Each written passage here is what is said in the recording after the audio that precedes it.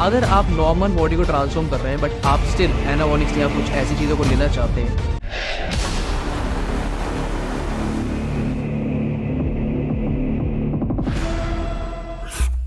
With other video. सो आज का हमारा टॉपिक है, हम बात करने वाले एक ऐसे टॉपिक के बारे में जो बहुत हॉट टॉपिक है भाई। स्टीरॉयड साइकिल्स, कितनी साइकिल्स एक साथ में चला सकते हैं और कितनी लंबी साइकिल्स को हम चला सकते हैं। देखो यार, ये चीज़ डिपेंड करती है कि आप करना क्या चाह रहे हो अपने भाई। अगर आप सिर्फ बॉडी ट्रांसफॉर्म कर रहे हो, ठीक है, आपको कोई पर्सनली गोल नहीं है कि आपको कंपटीशन में स्टेज पे खड़ा होना है या कुछ ऐसा करना है, क्योंकि जो स्टेज पे खड़े होने वाले हैं उनको वो तो काफ़ी साइकिल्स चलाते हैं पूरे साल। ऑफ सीजन में भी उसकी साइकिल चल रही होती है, ऐसा नहीं होता कि काफ़ी ज़्यादा लंबा लंबा गैप दे रहे हैं वो। अगर आप नॉर्मल बॉडी को ट्रांसफॉर्म कर रहे हैं बट आप स्टिल एनाबॉलिक्स या कुछ ऐसी चीज़ों को लेना चाहते हैं, देखो पर्सनली मेरी तरफ से ये है कि एनाबॉलिक्स से दूर रहो, क्योंकि उसके साइड इफेक्ट्स होते हैं। नेचुरली अगर आपको कोई ऐसा गोल नहीं है कॉम्पिटिशन में खेलने वाला, तो आप मत लो, नेचुरली करने की कोशिश करो। सप्लीमेंट्स है, काफ़ी सारी चीज़ें हैं, उनको लेके ट्राई करो कि भाई उससे काफ़ी अच्छे रिजल्ट आपको मिल जाएँ। लेकिन एनाबॉलिक्स पे जाओगे तो साइड इफेक्ट्स आपको फेस करने पड़ सकते हैं, और गाइडेंस में लोगे तो आपको उसके साइड इफ़ेक्ट्स को रोकने की आपको चीज़ें पता लगेंगी आपके ट्रेनर से या जिसकी भी गाइडेंस में आप कर रहे होगे। अदरवाइज अगर आप खुद चलाएंगे तो आपको दिक्कत आ सकती है।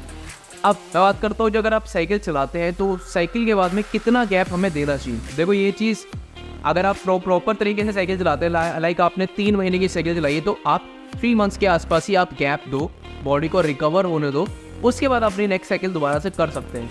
कई लोग क्या करते हैं, जैसे आपने साइकिल चलाई, हफ्ते, 1.5 हफ्ते, 2 हफ्ते का गैप दिया, फिर से साइकिल चला ली। वो बंदे हैं जो मेनली इनका कोई पर्टिकुलर गोल है, उनको स्टेज पे खड़ा होना है या फिर उनका प्रोफेशनली यही काम है, उनको जिम के अंदर खड़े होकर ट्रेनिंग लेनी है। क्योंकि जिम में ऑन प्लेटफॉर्म ट्रेनिंग देने के लिए मोस्टली जो ट्रेनर्स हैं वो अपनी बॉडी को अच्छा बना के रखते ताकि उनके पास में क्लाइंट्स ज़्यादा हैं बॉडी देख के, ठीक है। बट तरीका सही यही होता है कि आप जितनी साइकिल हमने चलाई उतना ही बॉडी को गैप दो, ताकि आपकी बॉडी के जो हार्मोन्स इम्बैलेंस हुए हैं वो दोबारा से रिकवर कर पाए। क्योंकि बहुत लोग को ऐसा लगता है कि हमने 3 महीने स्टेरॉइड चलाए, 1 महीना पीसीटी करी, उस 1 महीने की पीसीटी में आपका टेस्ट लेवल दोबारा से उस लेवल तक आ जाएगा। ऐसा नहीं होता है।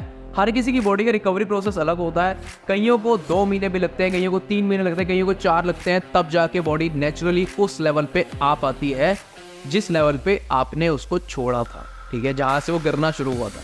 बट कई लोगों का वो पूरा भी रिकवर नहीं हो पाता, थोड़ा डाउन ही रहता था। वो किसी ने साइकिल स्टार्ट करी, उस टाइम पे उसका टेस्ट लेवल 550 था या 600 था, लेकिन जब आपने साइकिल करी, साइकिल के बाद में उसका टेस्ट लेवल 400 450 गया और वहीं पर रुका हुआ। बट वो चाहता कि 600 हो जाए।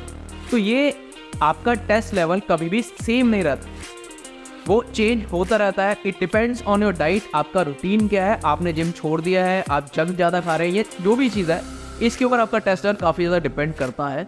लेकिन अगर आप साइकिल पे हैं, आप दोबारा साइकिल चलाना चाहते हैं, तो उतना ही आप गैप दीजिए जितनी आपने साइकिल चलाई, ताकि बॉडी के हार्मोन्स बैलेंस में आ जाए। फिर से आप दोबारा से ब्लड टेस्ट करवाएं तो आपको सारे लेवल्स ठीक मिले, उसके बाद आप साइकिल चलाएंगे। उससे पहले साइकिल आप नहीं चलाएंगे। लेकिन कई लोग क्या करते हैं, वो देखते हैं यार चल ठीक है अभी है, दोबारा से एक साइकिल और कर लेते हैं, उसके बाद में रोक देंगे। लेकिन उस चक्कर में क्या होता है, उनको पता है कि इनके लेवल्स बढ़े हुए हैं, ट्राइग्लिसराइड्स बढ़े हुए हैं, कोलेस्ट्रॉल बढ़ा हुआ है, काफ़ी एलएफटी के अंदर कोई प्रॉब्लम्स है, स्टिल वो साइकिल पे होते हैं और उसके बाद में प्रॉब्लम्स को फेस कर रहे होते हैं। उसके बाद में उनको सोल्यूशन नहीं मिलता, क्योंकि वो साइकिल खुद चला रहे होते हैं, उनको कोई गाइड करने वाला नहीं होता। वो यूट्यूब पे सर्च करते हैं, यूट्यूब पे तो सब ज्ञान में बैठे हैं, कोई भी आपको एग्जैक्ट चीज़ नहीं बता, ठीक है। ये सच है भाई, मानो या ना मानो, लेकिन ये सच। लोग साइकिल चला के झूठ बोल देते हैं, मैंने साइकिल चलाई, मैं नेचुरल हूँ। बहुत लोग हैं, बहुत इन्फ्लुएंसर्स हैं, तब फुदू खींचने वाले, और आप लोग उनको मोटा भर भर के पैसे भी देते हैं कि भाई मेरी भी नेचुरल बना दे, और वो ऑब्वियस ही बात है कि नहीं बन पाएगी जैसी वो बॉडी अपनी बना के दिखाते हैं आप लोगों को, ठीक है। वो एक क्लाइंट खींचने का काम होता है, जो प्रोफेशनली ऐसा काम कर रहा होगा, जो इसकी लाइन में है, जो प्रोफेशनली दूसरे लोगों को ट्रेन कर रहा है, जो कॉम्पिटिशन्स खिलवा रहा है, वो कभी आपका ऐसा चूतिया नहीं काटेगा कि भाई नेचुरल बन सकती है। वो साफ बोलेगा कि ये इन ऐसे कामों के लिए ये सारी चीज़ें लेनी ही पड़ती हैं। कोई ऐसी चीज़ नहीं है जो नेचुरली आपको एक लेवल से उठा के दूसरे लेवल तक ले जाए, वो भी इतना एडवांस और इतना इन्हांस, ठीक है। सो अगर आप साइकिल चलाते हैं, खुद भी चलाते हैं, यूट्यूब पे देख के चलाते हैं, लेकिन स्टिल किसी की गाइडेंस में थोड़ी बहुत गाइडेंस इन लोग कि भाई प्रिकॉशंस क्या होंगे, क्या लेना चाहिए, ऐसी चीज़ें फेस कर रहा हूँ, अगर आप खुद चलाएंगे तो फंस जाओगे, और फंस जाओगे तो भाई कई बार होता है कोई बताने वाला नहीं होता, फिर निकलना मुश्किल हो जाता है वहाँ से, ठीक है। तो चीज़ों को ढंग से लो। अगर आपको कोई गोल है आप एनाबॉलिक लो, अगर आपका गोल नहीं है कोशिश करो नेचुरल तरह खींच सको। और अगर आप चलाना चाहते हैं किसी एक अच्छे प्रोफेशनल की गाइडेंस में चलाओ तो भी बेस्ट रहता है। आपकी बॉडी के अकॉर्डिंग आपको क्या चीज़ लेनी है वो वही बता पाएगा, क्योंकि आप अपनी बॉडी खुद देख के इतना जज नहीं कर पाता, इवन मैं भी नहीं कर पाता। अगर मुझे भी कोई चलानी है तो मेरे को भी जो है कोई दूसरा बंदा ही बता पाएगा मेरी बॉडी देख के, कोई और नहीं बता पाएगा। इसलिए एक गाइडेंस होनी बहुत ज़रूरी है, किसी गाइडेंस में चलाओ। और साइकिल चला रहे हो तो उतना ही गैप से जितनी आपने साइकिल चलाई है, दूसरी साइकिल इतनी जल्दी मत चलाना। और अगर आप साइकिल चला रहे हो तो ओवरडोजिंग नहीं होनी चाहिए, इस चीज़ का भी ध्यान रखना, क्योंकि ओवरडोजिंग में ज़रूरी नहीं होता कि आपको रिजल्ट अच्छे मिले, कई बार साइड इफ़ेक्ट भी अच्छे मिल जाते हैं। तो इस चीज़ का ध्यान रखना।